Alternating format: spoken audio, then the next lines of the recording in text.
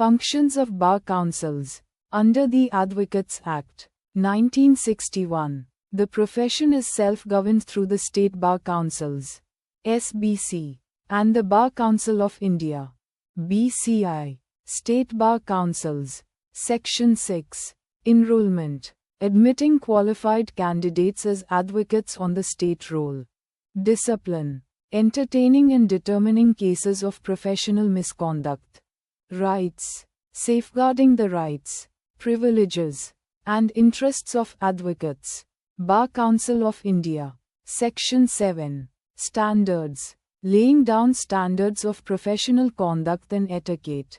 Education. Recognizing universities whose law degrees qualify students for enrollment.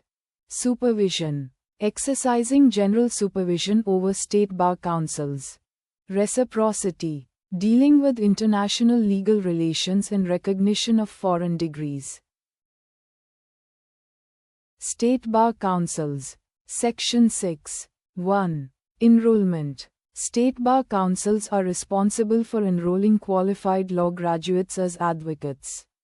Once a person fulfills all requirements, their name is entered in the state roll, allowing them to practice law. 2. Discipline. They also handle cases of professional misconduct by advocates. If a lawyer violates rules or behaves unethically, the State Bar Council can take action such as suspension or removal. 3. Rights. State Bar Councils work to protect the rights, privileges, and interests of advocates. They ensure that lawyers can practice freely and are treated fairly. Bar Council of India. Section 7. 1. Standards. The Bar Council of India sets rules for professional conduct and etiquette. It ensures that advocates maintain honesty, dignity, and proper behavior in the legal profession. 2. Education. It recognizes universities and law degrees that are valid for enrollment as advocates.